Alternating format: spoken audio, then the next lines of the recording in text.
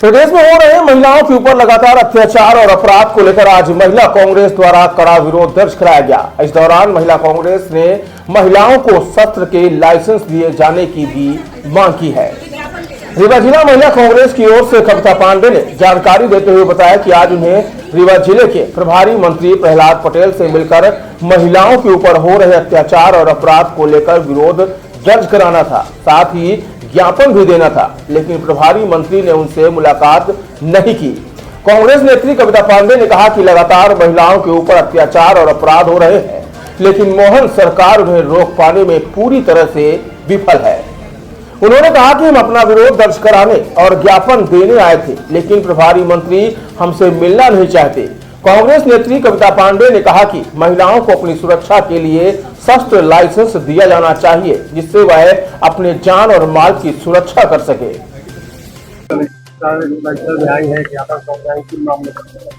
मध्य प्रदेश में बेटियां असुरक्षित हैं। लाडली बहना के नाम पर ढोंग करने वाली भारतीय जनता पार्टी सरकार निहायत ही नकारा और अक्षम है। रीवा में प्रतिदिन ऐसी बड़ी बड़ी दुर्दांत घटनाएं होती है। आपने भैरवनाथ बाबा मंदिर के परिसर में देखा, और उसके बाद लगातार ऐसी घटनाएं पूर्वा फाल के पास आपने देखा, और लगातार पति पत्नी या कोई जोड़ा कहीं से भी अंधेरे में भी निकल जाए, बाजार में भी निकल जाए तो पूरी तरह सुरक्षित है। जब हमारी बेटियां घर से निकलती है तो उनकी चैन खींच लेते हैं। महिलाएं लाडली पथ में भी निकल जाए तो सुबह भी शाम भी तमाम गुंडे मवाली, पूरा शहर कोरेक्स की गिरफ्त में हुआ है। और आज यहाँ पर प्रभारी मंत्री भाषण देने के लिए जमा हुए हैं। यदि कांग्रेस पार्टी की लाडली बहना की बात करते हैं और बहनें यहाँ पर आई हैं, तो उनका इतना दायित्व तो बनता है कि वो बाहर आके कम से कम ज्ञापन तो ले लें। हम लोग से क्यों डर रहे हैं? हमारे पास कोई शस्त्र थोड़ी ना है, हम कोई अपराधी नहीं।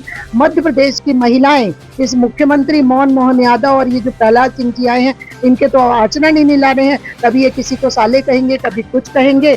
और जब हम आए हैं तो हमको शस्त्र का लाइसेंस दे दिया जाए, बंदूक गोली और तलवारें दी जाए, ताकि महिलाएं अपनी सुरक्षा स्वयं कर सके। क्योंकि ये भारतीय जनता पार्टी की जो निकम्मी और भ्रष्टतम सरकार है, इसके बस का कुछ नहीं है। ये फर्जी मामलों में कांग्रेस के लोगों को फंसाने का काम करती है और बेटियों की सुरक्षा में पूरी तरह नहीं कर पा रही है। बिल्कुल प्रदर्शन करेंगे। कल हम सड़क पे थे, आज फिर सड़क में हैं। अब प्रदर्शन आप किसको कहते हैं वो जरूर बता दीजिएगा, ताकि हम वाला करें। हम लोग ने लगा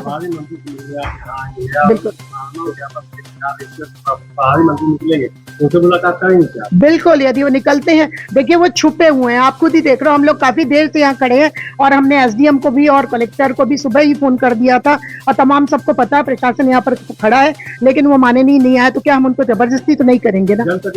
को बाहर कर दिया जाए तो क्या मानते हैं आप लोगों को एंट्री मिलेगी? नहीं, मुझे एंट्री नहीं चाहिए।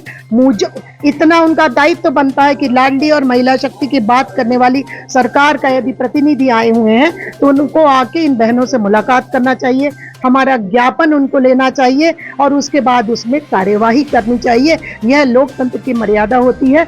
और जब बहनों की बात करने वाली, नारी शक्ति की बात करने वाली सरकार के प्रतिनिधि यदि इतने ज्यादा, उनकी समझ इतनी कमजोर है, तो इस पर तो हम लोग को हंसी आती है। इस बार लाडली बहना का आपने देखा कि अभी तक पैसा ही नहीं आया।